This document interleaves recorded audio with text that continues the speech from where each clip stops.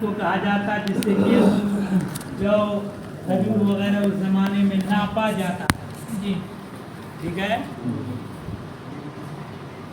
اور تو گیہوں بیچا ناپ سے، تول سے نہیں، ناپ سے. اس زمانے میں ناپ ہی چلتا تھا جی. ناپ سے گیہوں بیچا تو ناپ کر دینے والا ایک الگ ہوتا تھا، کیال سے کہا جاتا. تو اب کیال کو بلایا کہ صاحب گیہوں ناپ دو، ٹھیک ہے جی، تو اس کو اجرت دینا پڑے گی کیال کو جی ٹھیک ہے.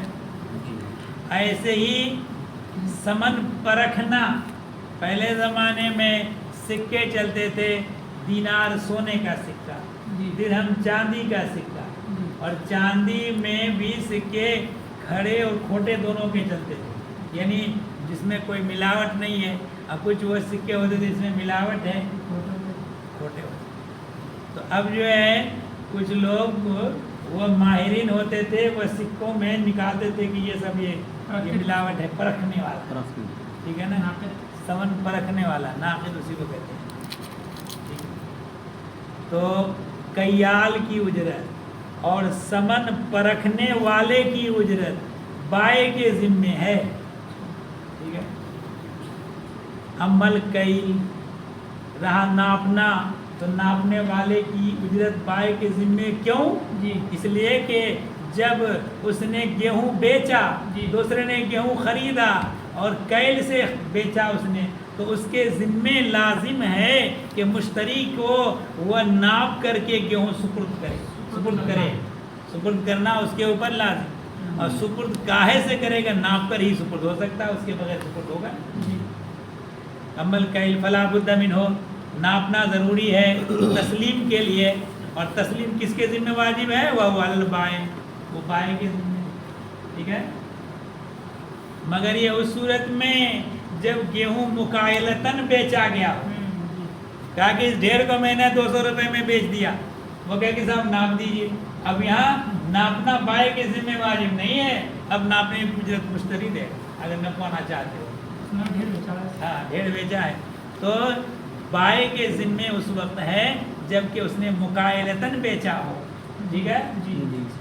وہ قضا اجرت الوزان و ذراء والعداد، ایسے ہی وہ تولنے والے کی اجرت، گزوں سے ناپنے والے کی اجرت، اور گننے والے کی اجرت. کوئی چیز گن کر بیچی جا رہی ہے، ٹھیک ہے، وہ کس کے ذمے ہے؟ بائے کے ذمے. اب یہ ہے کہ نقد پرکھنا، یہ جو بتایا کہ یہ بھی بائے کے ذمے ہے، تو کیا ہے کہ اما النقد فالمذکور روایت ابن رستم عن محمد. یہاں جو کتاب میں مذکور ہے ابن رستم نے جو امام محمد سے روایت کی ہے، وہ روایت یہاں مذکور ہے کہ کیا کہ بائے کے ذمے ہے سمن پرکھنا. کیونکہ مذکور اس جگہ ابن رستم کی روایت ہے جو انہوں نے امام محمد سے کی ہے. تو یہاں بائے کے ذمے کیوں ہے؟ اس لیے کہ مشتری تو سمن ادا کر دے گا جی، بائے پرکھوائے گا تاکہ جو اس میں عیب دار ہے اس کو واپس کر سکے. اب یہ کام کس کا ہوا؟ مشتری کا ہوا. تو اجرت کس کے ذمے ہوگی؟ مشتری کے ذمے. لأن النقد يكون بعد التسلیم، اس لیے کہ پرکھنا ہوتا ہے تسلیم کے بعد، مشتری کے سپرد کرنے کے بعد. الا ترى انه يكون بعد الوزن، کیا تم نہیں دیکھتے کہ یہ تولنے کے بعد ہوتا ہے؟ پہلے سمن کو تولا جائے گا، اس کے بعد والبائع المحتاج الیہ، اور بائع ہی اس کا محتاج ہے اس کا سمن پرکھنے کا، تاکہ ممتاز کر دے اس کو جس سے اس کا حق متعلق ہے، اس سے، اس کے غیر سے، جس سمن سے اس کا حق متعلق ہے اس کو غیر سے ممتاز ہو، ٹھیک ہے نا. یا اس لیے تاکہ عیب دار کو پہچان سکے کہ وہ واپس کر سکے، تاکہ وہ واپس کرے. تو یہ کس کے ذمہ ہوا؟ بائے کے ذمہ. وفی روایت ابن سماع، ابن رستم کی جو روایت ہے اس روایت میں بائے کے ذمے. آگے ابن سماع کی روایت آ رہی ہے، اور ابن سماع کی روایت جو امام محمد ہی سے ہے وہ یہ ہے کہ ثمن پرکھنے کی اجرت مشتری کے ذمے ہے. کیوں؟ لأنه يحتاج إلى تسلیم الجید المقدر، اس لیے کہ وہی محتاج ہے اس جید اور مقدر جو مقدار مقرر ٹھہری ہے، جید مقدر سکہ کو تسلیم کرنے کا. اور جودت پہچانی جاتی ہے پرکھنے سے، جودت معلوم ہوتی ہے پرکھنے سے. کما یعرف القدر بالوزن، جیسا کہ مقدار کی معرفت ہوتی ہے وزن سے. فیکون علیہ، لہذا اس کے اوپر ہوگا. اس کے اوپر ہوگا وَأُجْرَةُ وَزَّانِ الثَّمَنِ، اور ثمن تولنے کی اجرت مشتری کے ذمے ہے. ٹھیک ہے، کیونکہ اس کو ثمن سپرد کرنا ہے تو بغیر تولے کے سپرد کرے گا. لما بینا، اسی تقریر سے جو ہم نے پہلے بیان کر دی ہے کہ انہ هو المحتاج الى تسلیم الثمن، یہ وہی ثمن سپرد کرنے کا محتاج ہے اور وزن ہی کے ذریعے تسلیم متحقق ہوگی. قال ومن باع سلعة بثمن، دیکھو بھائی بیع کی کئی قسمیں ہیں. ایک بیع مطلق، سامان کو ثمن سے بیچنا. اس زمانے میں سامان کو روپیہ پیسہ سے بیچنا، یہ بیع. اور ایک بیع صرف ہوتا ہے، ثمن کو ثمن کے بدلے میں بیچنا. یہ سونا کو سونا کے بدلے، چاندی کو چاندی کے بدلے، یا سونا کو چاندی کے بدلے، یا چاندی کو سونا کے بدلے. کیا کہلاتا ہے؟ بیع مقایضہ. بیع مقایضہ کہتے ہیں سامان کو سامان کے بدلے میں بیچنا، اس چیز کو اس چیز کے بدلے میں بیچنا، مٹر کو چاول کے بدلے میں بیچنا، ہے نا، وغیرہ. یہ کیا ہے؟ بیع مقایضہ ہے. اور ایک ہے بیع سلم. بیع سلم یہ ہے کہ عاجل کو عاجل کے بدلے میں بیچنا، یا عاجل کو عاجل کے بدلے میں بیچنا. ثمن ابھی دیا جائے گا اور مبی وقت مقرر پر دیا جائے گا. تو یہاں بات چل رہی ہے جس نے سامان کو ثمن سے بیچا، یعنی بیع مطلق. سامان کو بیچا ثمن سے، کتاب کو روپیہ سے بیچا. اس صورت میں قیل للمشتری، مشتری سے کہا جائے گا ادفع الثمن اولا، پہلے ثمن دو. آج کل الٹا ہوتا ہے، پہلے سامان دیا جاتا ہے، ثمن بعد میں وصول کیا جاتا ہے. اور ہونا کیا چاہیے؟ پہلے ثمن وصول کیا جائے، سامان بعد میں دیا جائے. ٹھیک ہے نا. تو مشتری سے کہا جائے گا ادفع الثمن، ثمن لاؤ پہلے. کیوں؟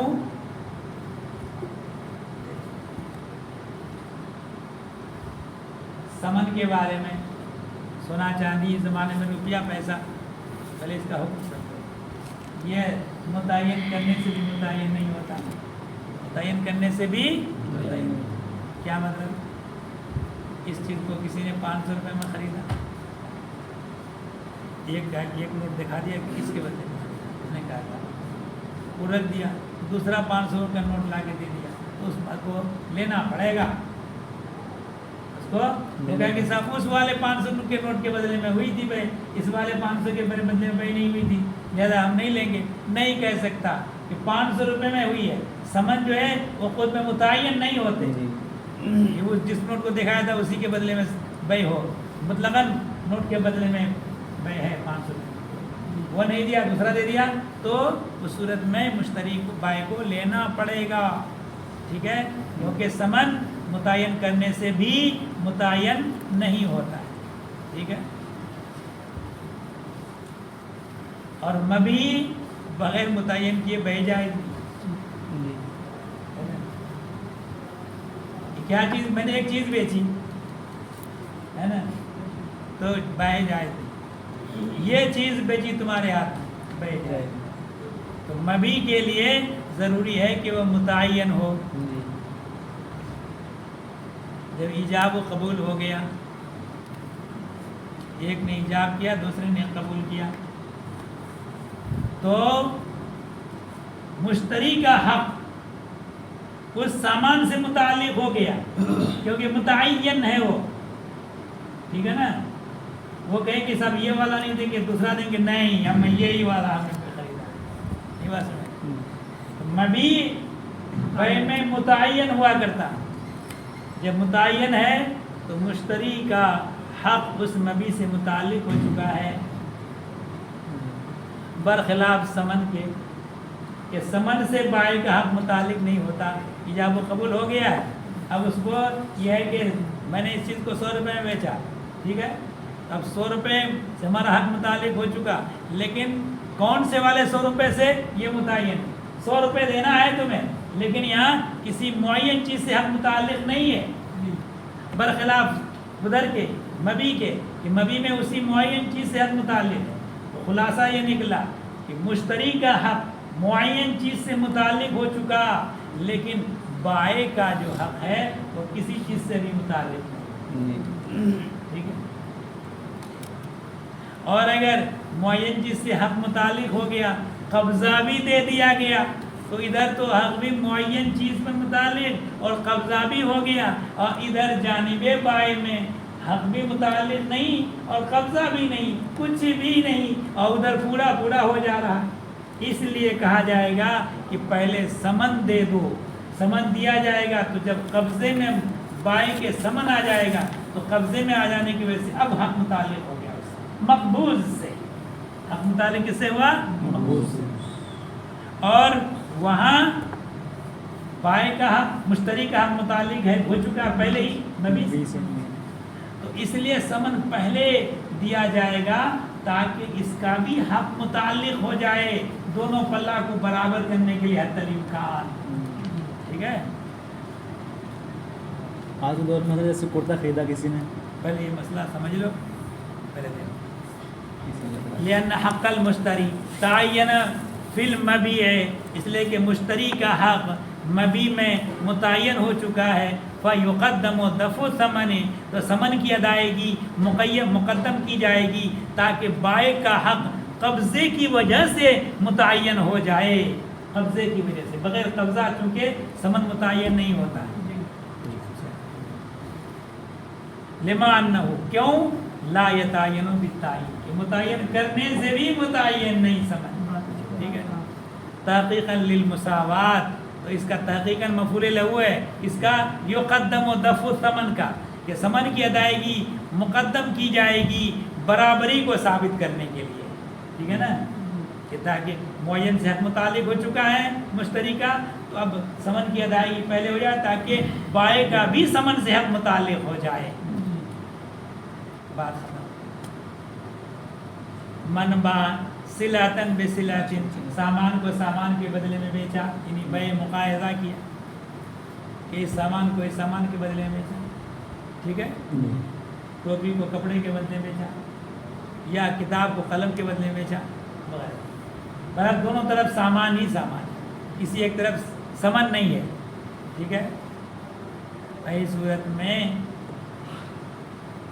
اور ایک صورت یہ ہے کہ سمن کو سمن کے بدلے میں بیچا، سونا کو چاندی کے بدلے میں بیچا، تو متاع کو متاع کے بدلے میں بیچنے سے دونوں متعین ہوتا ہے، ادھر کا بھی متعین ادھر کا بھی متعین، اور سونا کو چاندی کے بدلے میں بیچا تو نہ ادھر کا نہ متعین نہ ادھر کا متعین، کیونکہ سمن جو ہے متعین کرنے سے بھی متعین نہیں، ٹھیک ہے۔ تو اگر ایسا ہو کہ سامان کو سامان کے بدلے میں بیچا یا سمن کو سمن کے بدلے میں بیچا، قیل لہما، تو دونوں سے کہا جائے گا سلما معن، دست بدست دو، اس ہاتھ دو، اس ہاتھ لو، اس ہاتھ دو، اس ہاتھ لو، ٹھیک ہے نا، ایسا نہیں کہ ایک دے دیا اور دوسرا دے گا 8 دن کے بعد، نہیں، دست بدست، ہاتھوں ہاتھ ایک دوسرے کو دے۔ تو کہا کہ یہ جو ہے سلما معن، دونوں ایک ساتھ سپرد کرو، کیوں؟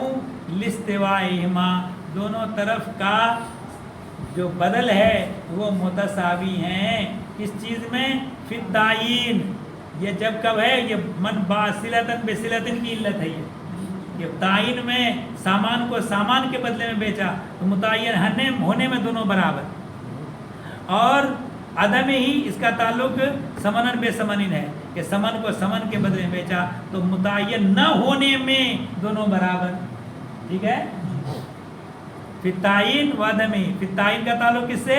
باصلتن بصلتن، اور وہ عدم ہی کا تعلق کس سے؟ سمنن بے سمنن، ٹھیک ہے۔ ولا حاجت الی تقدیم احدہما فی الدفع، تو ادائیگی میں ان دونوں میں سے کسی ایک کو مقدم کرنے کی کوئی حاجت نہیں ہے، ایک ساتھ کرنا، ٹھیک ہے.